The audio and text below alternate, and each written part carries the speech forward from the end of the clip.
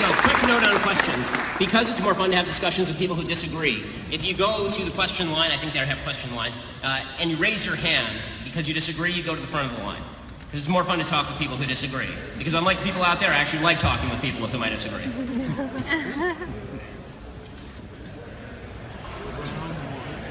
Awesome. By the way, thank you for coming if you disagree. I appreciate it.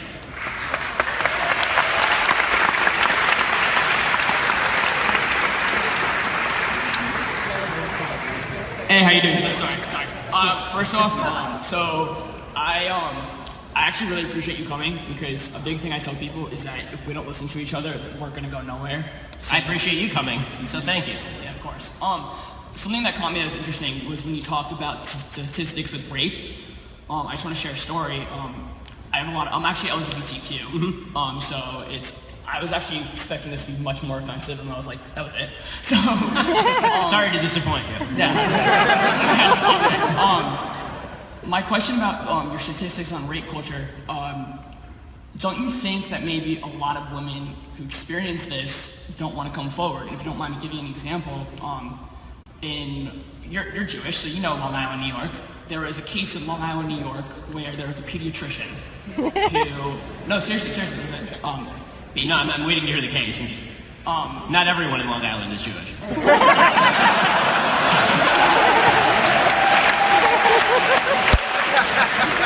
Don't worry, I don't think you're an anti-Semite. Thank you. But more importantly, in this town, it came forward that there was a few people that he molested, and then more people came forward, and it came out being dozens and dozens, and there was this whole escapade where people didn't even say anything until other people came forward. Yes. So don't you think that maybe people are scared to come forward, and that it's possible that those statistics could be not entirely as accurate as Okay, so it's possible the statistics are somewhat low, but the idea that they are 244 low out of 250 is wrong, right? So there's a vast difference between 0.6% rape rate and 25% rape rate. So yes, if you're asking are there men who are raped, who are intimidated about coming forward, of course that's true.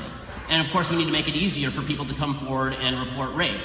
I think, by the way, that it is also very important that in cases of rape that we fulfill an evidentiary standard, because when I'm talking about you have to castrate or kill people, they better damn well be guilty, right? So I want to make sure that the people who are convicted are certainly guilty. But that said, I think that one of the grave tragedies is that there's so many people who are raped who don't come forward, and then they talk later about the rapes that they've experienced. The world would be a lot better place if we could encourage those people to come forward. If they did come forward, I want rapists in jail. I don't want them out on the streets. So when people say rape culture, my problem is that it's just too vague. I don't know what that means. Who in the United States is pro-rape? I need to hear who out there really? Well, I think that other than Bill Clinton.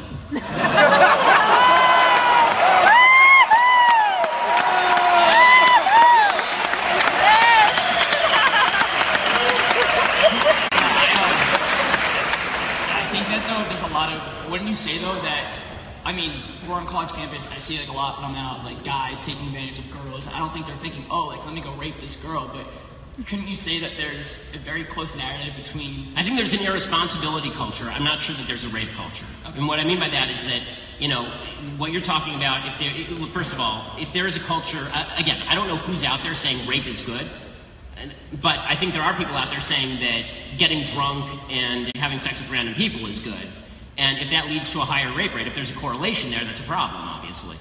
But the reason I don't like the term rape culture is not because I'm pro-rape, it's because I'm anti-rape. I think that we should make very clear that rape needs to be stopped. But the idea that everybody out there is on the verge of raping women, which is sort of what rape culture suggests, is just not true, and it's a slander against men. All right, thank you very much.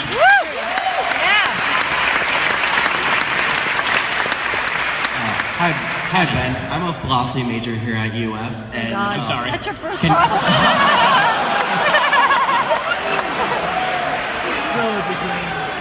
Well, I appreciate, I consider myself a conservative Democrat, and I appreciate your view on a lot of normative issues.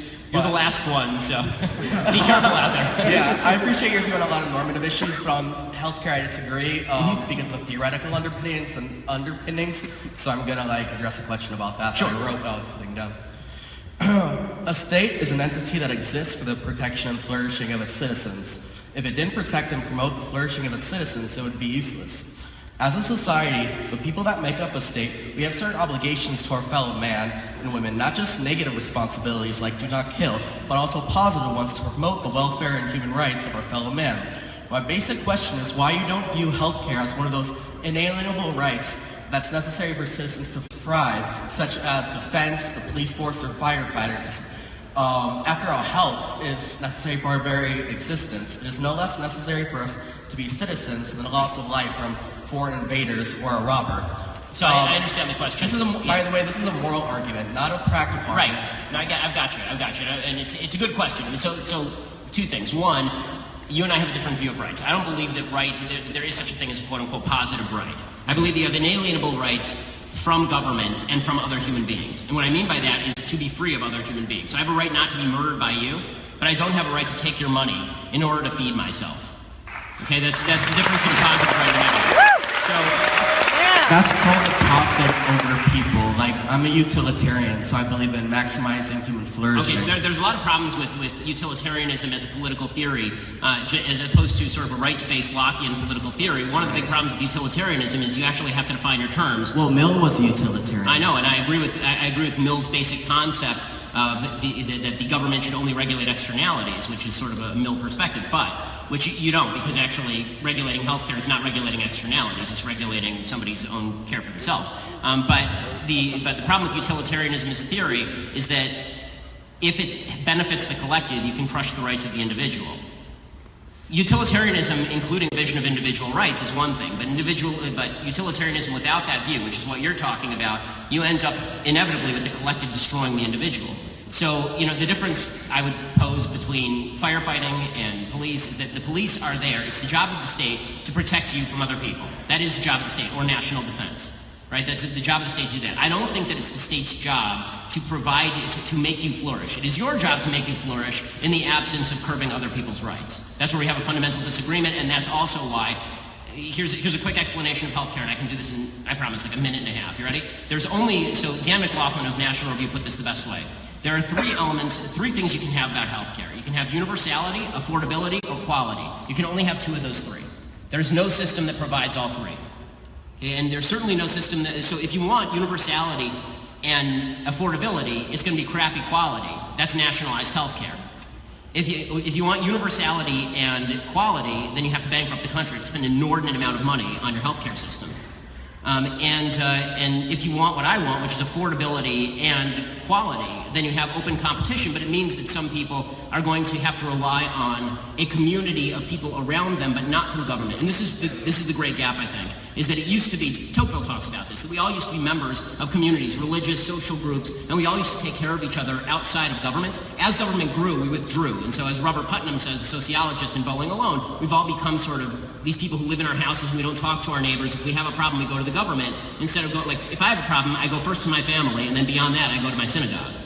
And that used to be the model, and that should be the model. But we're signing a social contract, so we are responsible for taxes. We're responsible for taxes that pay for things of which we have an equal share of withdrawal, and to protect us from, they call it a non-excludable, non-competitive good. You have the ability to pay taxes, but you get back out of it. Having me pay taxes for your failure to buy health insurance is you stealing from me, and having you tell my wife, who's a doctor, that she must care for you no matter what price you choose to pay her is involuntary servitude.